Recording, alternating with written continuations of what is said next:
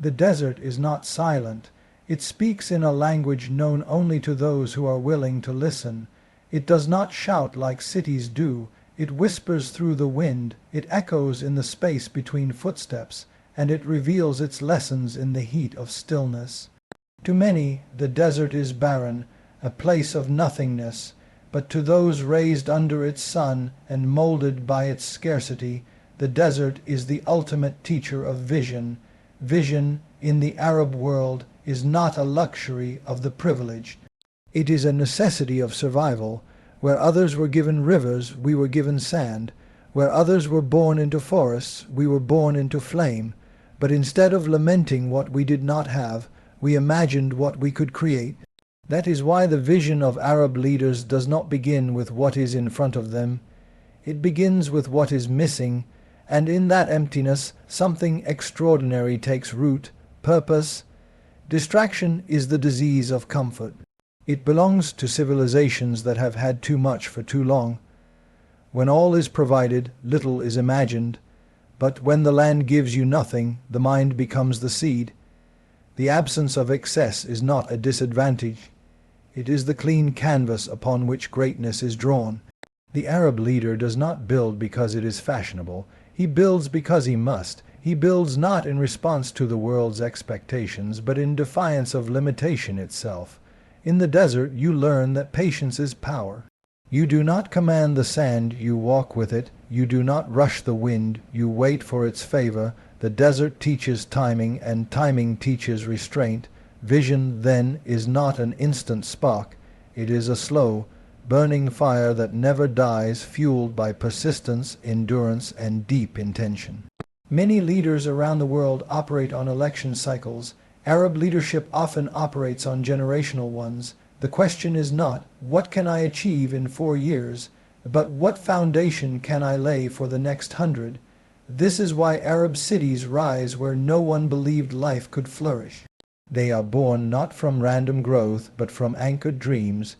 Every tower, every highway, every innovation is rooted in the soil of a mindset that has learned to see what is not yet visible. Where there was once only desert, we now see skylines. Where there was silence, now symphonies of innovation rise. In the modern age, distraction wears a different face. It is not just noise, it is the addiction to short-term success, the obsession with global approval, and the fear of criticism. Arab leaders who think differently are not immune to this, but their training in vision, the kind shaped by ancestral grit and the weight of history, gives them a different compass. They do not look to the crowd for validation. They look to the horizon for direction. The desert mindset sees past today. It is not reactive, it is reflective. While others scramble for headlines, those shaped by the desert shape history. They understand that a project may take years to bloom, but once it does, it will feed nations. They are not seduced by applause, they are driven by outcomes. Vision, for them, is not a speech, it is a blueprint. Children of the desert are taught early that nothing will be handed to them, that no rain means no harvest, unless one learns to find water where no one else thought to dig. This teaches resilience, but more importantly, it teaches foresight. Arab leaders often inherit this dual legacy of scarcity and strength, and so their thoughts are tuned to both the needs of the present and the demands of the future. They do not merely react to challenges, they anticipate them. This kind of vision cannot be taught in conference rooms. It is earned through seasons of drought, through generations of longing, through the hard lessons of failure and the discipline of restraint. And because it is born not in comfort but in adversity, it does not crumble under pressure. It sharpens.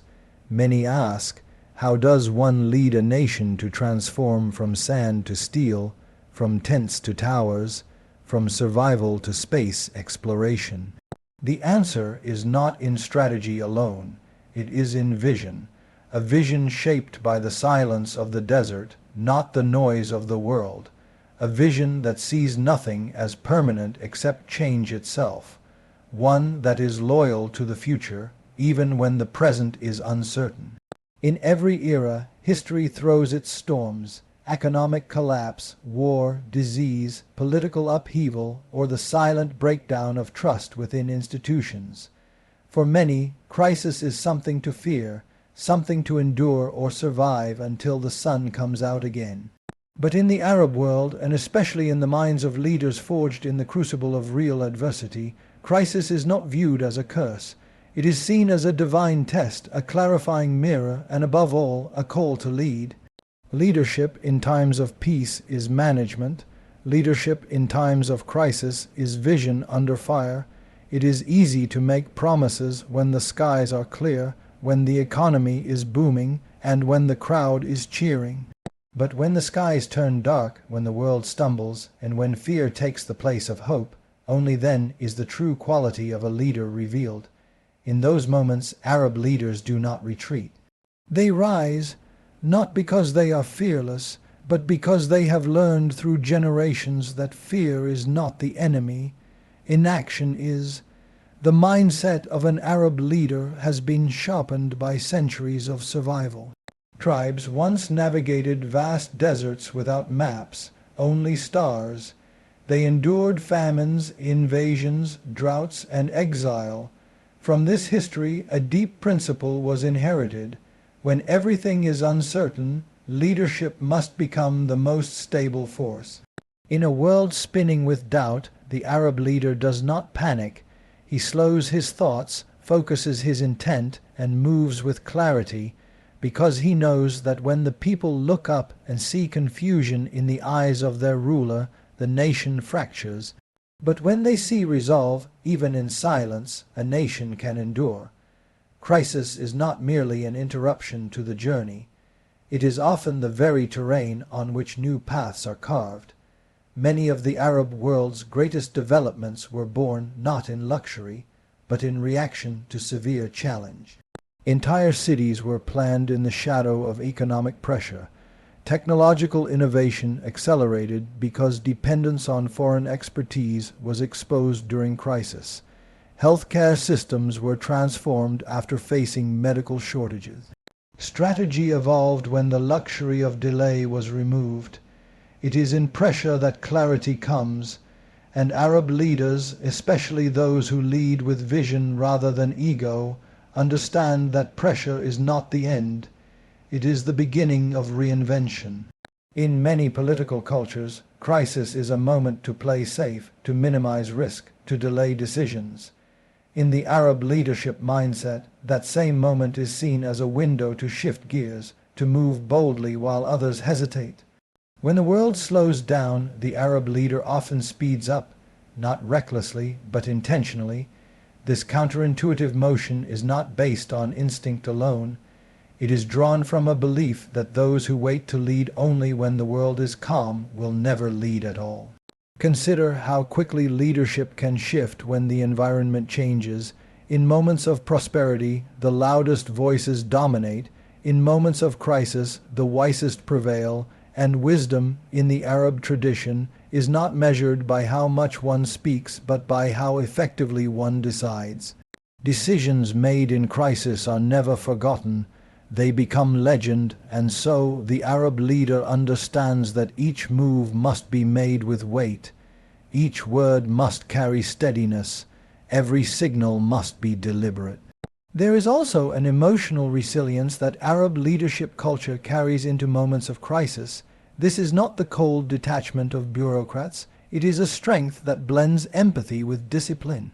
A father guiding his family through storm does not only give commands, he gives confidence. He protects the dignity of his people even while making impossible choices. The leader, then, does not only seek to manage outcomes, he carries the morale of a nation on his shoulders. In the Arab world, this responsibility is not abstract. It is personal, it is tribal, it is spiritual.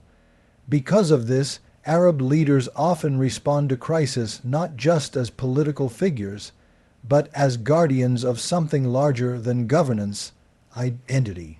The identity of a people who have known hardship before, who have walked through deserts with nothing but faith, who have lost everything and rebuilt it from the ground. That memory lies beneath every palace, every city, every airport. Crisis may shake the world, but it cannot shake a people who remember their origins, and it cannot break a leader who draws his strength from that memory. The global perception of leadership is often tied to charisma, oratory, and diplomacy. But in the heat of a true crisis, those qualities alone are not enough. The Arab leader who thinks differently has a deeper source, ancestral resilience, prophetic discipline, and the ability to shift from calm to command in a breath. Where others see chaos, he sees clarity. Where others see panic, he sees purpose. And when others look for someone to blame, he steps forward, not to speak about what went wrong, but to begin building what must come next. There is a difference between being remembered and being relevant, between temporary recognition and timeless respect. In an age dominated by instant feedback and constant validation, many leaders confuse popularity with purpose. But those who are shaped by the depth of history rather than the shallowness of the moment understand a far greater truth. Applause fades, legacy remains. And the Arab mindset, carved through centuries of civilization, conquest, collapse, and rebirth, is steeped in the idea that leadership is not about being celebrated, it is about being consequential. The applause of crowds is seductive. It arrives quickly and loudly. It echoes across stages, fills headlines, and trends on screens. But applause is a reflection of the now. It responds to performance, not principles. The Arab leader who thinks differently does not seek applause. He listens for something quieter, something more enduring, the voice of history. He is not driven by the camera flash, but by the shadow he will leave behind when he is gone. This is the mindset of legacy, to act as though one is already a memory, being written in the ink of every decision made today. In the Arab world, legacy is not a metaphor, it is an obligation. The names of forefathers are still spoken with reverence. Poems still echo the bravery of men who rode into impossible battles not for reward, but for honor.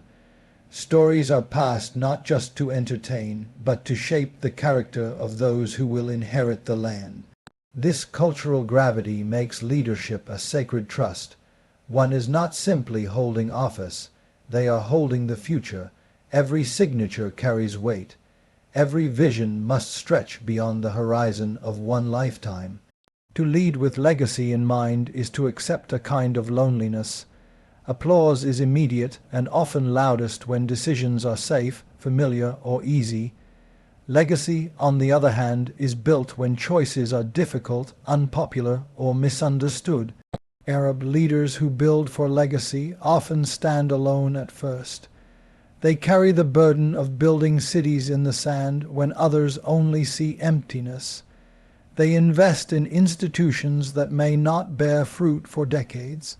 They resist short-term gain if it compromises long-term strength. They remain steady even when their actions are doubted, because they are not answering to the moment. They are answering to the map of time. There are countless decisions that, when viewed through the lens of applause, seem questionable. Why build in a place that others said was uninhabitable? Why spend billions on innovation when the world expected dependence? Why plan for the next century when today's problems feel overwhelming? But through the lens of legacy, these same decisions are revealed for what they truly are: the foundations of independence, the planting of seeds that generations will harvest, the shaping of identity far beyond the individual. It is this long arc of thinking that separates temporary leaders from transformational ones. In the Arab world, the concept of waqar, dignity, gravity, presence is deeply embedded in leadership. A leader must not chase the approval of others. He must walk with the quiet certainty that what he builds today will speak for him tomorrow. Buildings can crumble, applause can end, wealth can be spent, but the impact of shaping a nation out of vision, courage, and purpose becomes a living legacy. It breathes through institutions, through laws, through culture. It outlives the name of the leader and becomes part of the identity of the people. Legacy also demands a unique kind of discipline. It requires the ability to delay gratification, to remain unmoved by provocation, and to remain focused on the mission even when distractions multiply. The Arab leader understands that if he allows himself to be consumed by the noise of today, he will lose sight of the construction of tomorrow. So he chooses the harder road, the road of patience, the road of repetition, the road of quiet progress. This is not weakness, this is endurance. It is the kind of strength that does not waver under pressure because it is not built on performance. It is built on principle. There is also a generational element to legacy that shapes the Arab way of thinking. Leadership is not viewed in isolation. It is seen as part of a long continuum where the past, present, and future are connected. The leader is not only responsible for his time, he is accountable to the ancestors who paved the way and to the descendants who will walk the path. He does not simply ask, "What must I achieve?" but also, "What must I protect? What must I leave behind that can guide others when I am no longer here?" In modern politics, the obsession with approval has created a dangerous fragility. Leaders change positions to satisfy polls. They alter visions to win elections. But in Arab leadership, where legacy matters more than applause, decisions are not altered by fear. They are shaped by clarity. And this clarity is drawn from identity, from heritage, and from the unshakable belief that true leadership is not proven by how loudly people cheer, but by how deeply people remember. In the minds of many, wealth is seen as the final destination, the end goal, the measure of success, the ultimate reward for ambition. It is pursued, displayed, and defended as if its possession alone confirms greatness. But the mindset of Arab leadership, particularly those shaped by both the scarcity of the past and the abundance of the present, approaches wealth from a fundamentally different angle. Wealth, in this view, is never the purpose. It is a resource, a tool, a means to build, to elevate, to liberate, and like any tool, its value depends entirely on how it is used. The Arab world has witnessed both extremes. It has known poverty so severe that survival was a daily struggle. And it has known prosperity so vast that entire cities have risen in the space of a single generation. But through these extremes, one lesson has become clear. Wealth can either soften a nation or strengthen it. It can either make leadership complacent or visionary. Those who think differently do not let wealth dictate their values. They let their values dictate how wealth is deployed. To understand this mindset, one must begin in the desert. In the desert, wealth was not gold, it was water, it was shade, it was trust. It was the strength of your tribe and the knowledge of your path. In such a world, material excess meant nothing if it was not shared, protected, and used with wisdom. This ancient relationship with scarcity formed a foundation that still influences how Arab leaders think about prosperity today. They do not hoard wealth, they mobilize it. They do not glorify luxury, they invest in legacy. They understand that true power does not come from possession, but from purpose. When oil transformed the economic fate of many Arab nations, the question was not just how much could be gained, but what would be done with it. The leaders who thought differently understood immediately that this sudden wealth was not a gift. It was a test of maturity, of discipline, of long-term vision. They did not see oil as the answer. They saw it as a stepping stone, a bridge toward independence, diversification, and transformation. And that is why today You find Arab nations investing in technologies that did not exist when oil first flowed. You find them launching space missions, building AI labs, reforming education systems, and turning deserts into economic corridors. This is not accidental. It is the result of leadership that understands wealth must move. It must circulate. It must be transformed into opportunity for those who would otherwise be left behind, because a rich nation with a poor vision is still poor. A leader with gold but no purpose is still empty. And so, the Arab mindset, when governed by wisdom, resists the temptation of wealth for its own sake. It asks instead, how can this prosperity serve the people? How can it secure the next 50 years? How can it reduce dependence on what is finite and elevate what is infinite? There is also a cultural element to this view of wealth. In many Arab traditions, generosity is not just a virtue, it is a form of leadership. The leader is not judged by what he owns, but by what he gives. Not only in charity, but in opportunity. It is not enough to build palaces. One must build schools. It is not enough to create jobs. One must create dignity. The purpose of wealth, then, becomes deeply moral. It is no longer about dominance, it is about duty. Some may mistake this approach for idealism, but it is, in truth, a form of strategic realism. The Arab world is young. Its population is ambitious. Its challenges are urgent. A leader who views wealth as a finish line will fall behind, but one who views it as a tool understands that every investment, every project, every reform is a way to turn temporary riches into permanent progress. This is why you see leadership in the region focusing on entrepreneurship, on digital economies, on renewable energy, on women's empowerment, not because these ideas are fashionable, but because they are essential. Wealth must serve these missions, otherwise it risks becoming a burden. Wealth in the hands of purpose becomes force. It becomes speed. It accelerates visions, builds infrastructures, and funds ideas that may otherwise remain dormant. But wealth in the hands of distraction becomes noise. It produces vanity projects. It creates dependencies. It seduces leadership into thinking that progress is measured in how much you have, not how far you've carried others.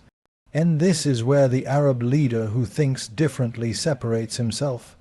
He does not confuse luxury with leadership. He does not equate cost with value. He does not fear spending, but he fears waste, because he knows that history does not remember what you earned. It remembers what you built with what you earned. Even in the display of national wealth, skyscrapers, airports, museums, there is intention. These are not monuments to self, they are signals to the world. We are not waiting to be told who we are declaring it, with steel, with architecture, with innovation. Wealth becomes language. It becomes identity. It becomes a statement, not of arrival, but of ambition. Because in the Arab view shaped by the discipline of the past and the weight of responsibility, wealth is never the crown. It is only the hammer, shaping the future in hands that refuse to be idle. The future does not belong to those who observe it passively, nor to those who wait for the world to change before deciding how to respond. The future belongs to those who write it, shape it, and mold it with deliberate action and bold imagination. In the mindset of the Arab leader who thinks differently, the future is not a distant horizon. It is an active battlefield, and hesitation is a form of surrender. To dare is to lead, to wait is to be led. This is not a mindset born of theory. It is carved from experience, sharpened by survival, and elevated by vision. In a region where civilizations have risen and fallen for thousands of years, time is not seen in short spans. Arab leadership, when rooted in its deepest tradition, measures time in generations, not fiscal quarters. The story of this region has always been shaped by those who had the courage to act when others hesitated. the tribal chief who dared to cross the desert without knowing if there was water on the other side, the merchant who dared to sail without sight of the shore, the poet who dared to speak truth in the courts of power. This spirit of daring, calculated, visionary, purposeful, is not new. It is ancient, and yet it remains as relevant now as it was centuries ago. The modern Arab leader does not act impulsively. Daring is not recklessness. It is the opposite. It is the product of deep reflection, clear intent, and unwavering belief in what must be built before the world understands why. To dare is to step into a future that has not yet been welcomed by others, and to declare it inevitable. It is to launch a mission to Mars from the desert. It is to design a smart city powered by artificial intelligence in a region once known only for oil. It is to reimagine education, culture, and economy while the rest of the world debates tradition versus modernity. Those who dare carry the weight of doubt, not only from outside observers but often from within their own ranks. Every bold decision attracts skepticism. Every future-oriented move invites resistance. But in the Arab mindset that values strength of purpose above comfort of consensus, hesitation is never the path forward. When you are building for the next 50 years, you cannot ask permission from those whose vision ends in 5.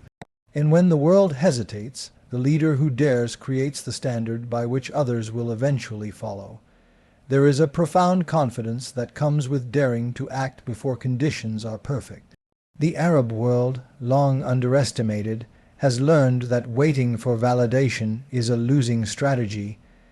Those who wait for models to be tested elsewhere, for ideas to be proven safe, or for global approval before moving forward, often arrive too late.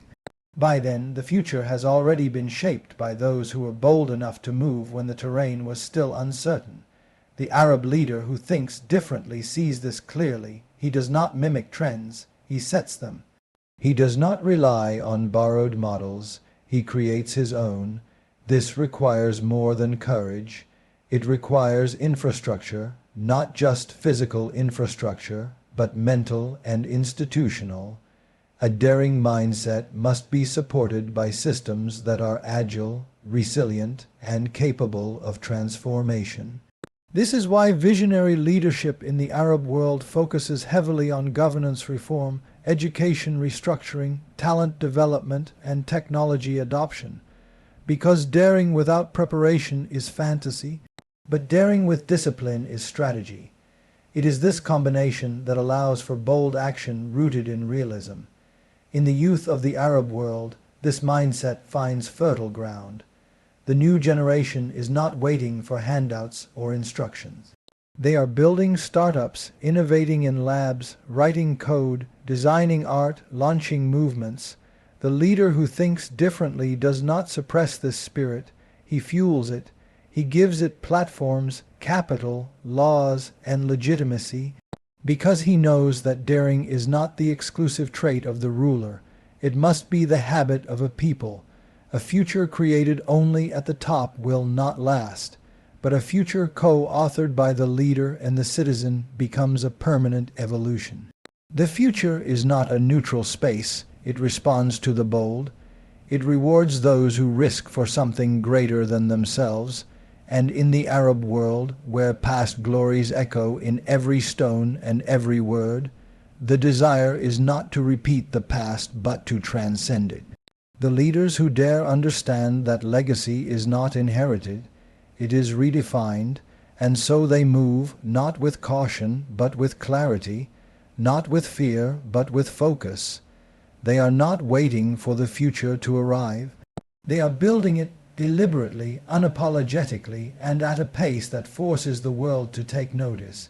Because in their hearts they know the truth, the future only belongs to those who claim it first.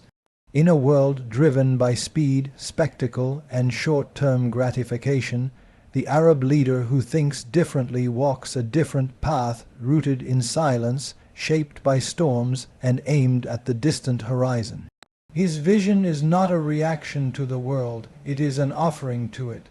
born from the lessons of the desert, tested by crisis, anchored in legacy, disciplined in the use of wealth, and fearless in shaping the future. This mindset does not seek applause, it seeks impact. It does not wait for opportunity, it creates it, and it does not ask what the world allows, it asks what the people deserve. This is not just leadership, it is architecture of destiny. It is the refusal to be defined by limitation. It is the decision to build when others hesitate, to rise where others retreat, and to write a future with conviction, not caution. Because in the Arab world, where the past speaks in ruins and the future speaks in vision, the leader is not merely a ruler. He is a builder of time itself.